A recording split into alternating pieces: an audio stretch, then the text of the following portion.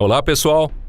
Parece muito cedo para a humanidade querer se aventurar em algum lugar fora da nossa galáxia de origem, também conhecida como Via Láctea.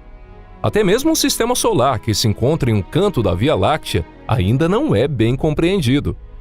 Os próprios escritores de ficção científica raramente pensam em outras galáxias. O cenário de ópera espacial é quase exclusivamente limitado à Via Láctea. Mas não seríamos o canal Pipa se não pudéssemos oferecer a vocês uma viagem para fora da Via Láctea dentro da nossa imaginação. Você não está curioso para ver o que vai encontrar e onde terminam as estrelas ao redor do núcleo galáctico? Parece interessante, não é? Então, veja tudo nesse vídeo a partir de agora. Hora de começarmos!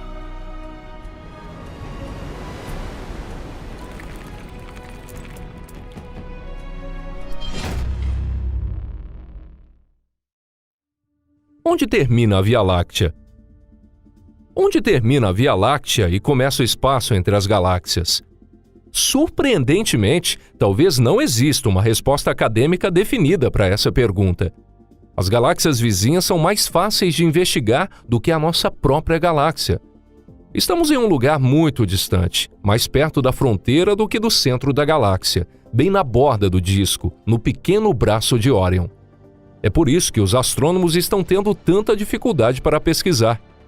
Por exemplo, foi somente nos últimos anos que descobrimos que nossa galáxia é uma galáxia espiral barrada contendo estruturas barradas e que tem outros braços além de 2 grandes braços. Até mesmo o tamanho da Via Láctea continua sendo corrigido. De acordo com a literatura mais antiga, o diâmetro da Via Láctea é de 100 mil anos-luz. Mas dados recentes indicam que é 1,5 a 2 vezes maior. Em outras palavras, é difícil até mesmo dizer exatamente quanto tempo levaria para entrar em uma nave espacial e sair do disco da Via Láctea, na área plana, onde a maioria das estrelas estão concentradas. À medida que o número de estrelas jovens diminui e a distância entre as estrelas aumenta, é possível saber que o caminho está certo. Mas não se aborreça, a viagem está indo bem.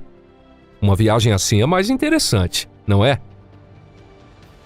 Halo galáctico.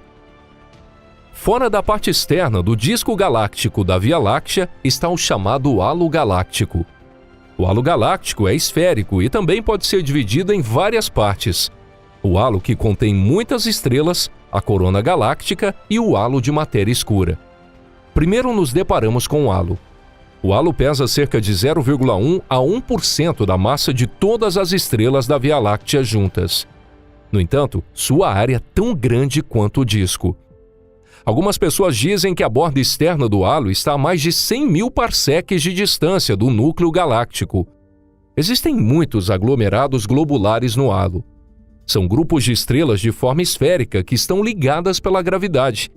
Aglomerados globulares, assim como os objetos no disco galáctico, giram em torno do núcleo da Via Láctea. Os pesquisadores acreditam que os aglomerados globulares são os remanescentes de um núcleo galáctico que foi engolido pela Via Láctea muitos bilhões de anos atrás. As estrelas que compõem os aglomerados globulares são basicamente estrelas antigas, com baixas quantidades de metal. Os pesquisadores acreditam que a densa concentração de corpos celestes nesses aglomerados, interagindo gravitacionalmente entre si, dificulta a formação de planetas. Portanto, é pouco provável que encontremos vida inteligente aqui. Às vezes, encontramos objetos incomuns nos aglomerados globulares que raramente são vistos no disco galáctico. Um exemplo são as estrelas retardatárias azuis, que têm massas e luminosidades incomuns. Em relação à evolução estelar, geralmente a explicação é que é a massa que determina o destino de uma estrela. Quanto maior a massa, mais brilhante a estrela e mais curta a sua vida útil. Por isso, se houver uma estrela azul maciça, brilhante e de vida curta, isso significa que ali está havendo formação estelar ativa. No entanto, nos aglomerados globulares, a formação de estrelas já terminou há muito tempo. Além disso, acredita-se que os objetos dos aglomerados estelares tenham se formado ao mesmo tempo. De onde será que o aglomerado de estrelas trouxe as estrelas azuis?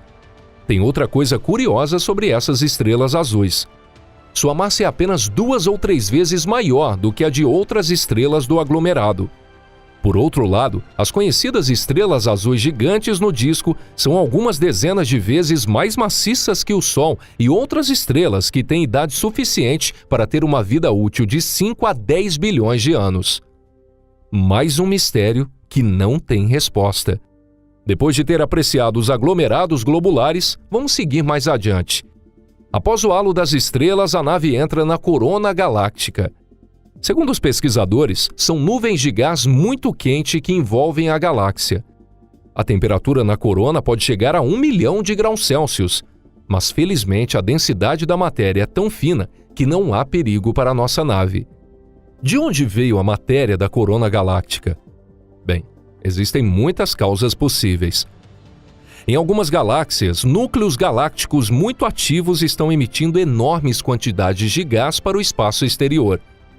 Estrelas no halo galáctico, que se expandiram com a idade, também liberam parte do seu próprio material. E não podemos esquecer das explosões de supernovas. Depois da corona galáctica, vem o halo de matéria escura. Essa é a parte mais misteriosa do halo galáctico. A massa do halo da matéria escura é muito superior à massa do disco, e o seu diâmetro é de 2 milhões de anos-luz. Não sabemos a natureza da matéria escura e quais evoluções estão acontecendo no local. A única coisa que podemos dizer é que a matéria escura é como um pastor de ovelhas que reuniu a matéria interestelar de forma harmoniosa para formar as galáxias. É graças à matéria escura que o universo é o que ele é hoje. Vizinhos do universo. O gás quente e a matéria escura não são as únicas coisas no espaço externo da nossa galáxia. Ocasionalmente nos deparamos com objetos interessantes. Por exemplo, estrelas que são como um lobo solitário. Elas podem ter se afastado da galáxia de origem por alguma razão. Mais cedo ou mais tarde, encontraremos também nossos vizinhos cósmicos mais próximos, as galáxias anãs. Até onde se sabe através de pesquisas, um total de 59 galáxias orbitam a Via Láctea. A mais famosa delas, é claro, são as nuvens de Magalhães. Os europeus a descobriram já no século XVI. Mas as pessoas do hemisfério sul já sabiam sobre ela desde os tempos pré-históricos.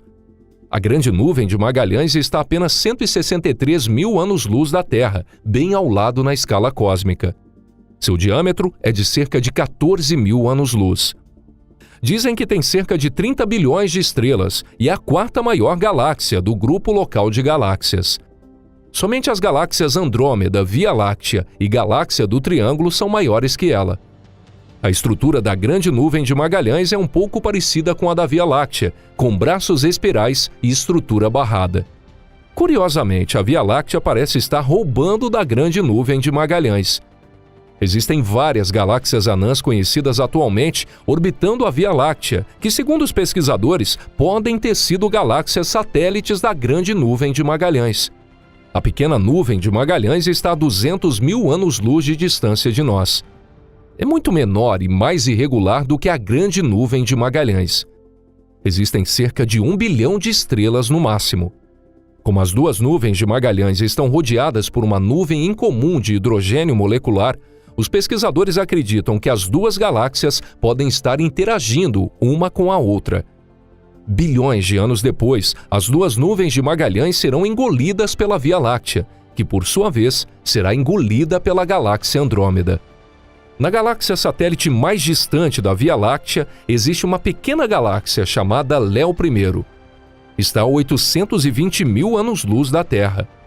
No céu estrelado da Terra é muito difícil observar essa galáxia, porque ela é vizinha de uma estrela de primeira grandeza, chamada Régulus.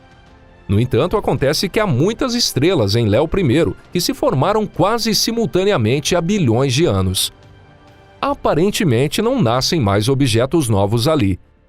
Mais distante que o Léo I, a aproximadamente 1,5 milhão de anos-luz da Terra, existe uma galáxia anã na constelação de Fênix. Embora não tenha sido confirmado se é uma galáxia satélite da Via Láctea, ela é tradicionalmente tratada como tal. Há mais de 2 bilhões de anos-luz da Terra, já existem outras galáxias gigantes. Por exemplo, a galáxia Andrômeda e suas galáxias satélites. e mais longe, mais um outro aglomerado de galáxias e componentes da estrutura em grande escala do universo, como filamentos, vazios e paredes galácteas. Isso foi mencionado em um vídeo anterior aqui do nosso canal e poderá ser retomado em algum momento no futuro. Bom, pessoal, é hora de voltar para a Terra. A viagem na imaginação terminou. Muito obrigado pela sua atenção. Espero que você tenha achado divertido essa nossa viagem. E, por favor, curtam e inscrevam-se aqui no nosso canal. E não esqueça de ativar as notificações e compartilhar em suas redes sociais. Eu agradeço a sua companhia e conto com você aqui no canal Pipa. Bom, vou ficando por aqui. Um forte abraço e até a próxima viagem. Tchau, tchau.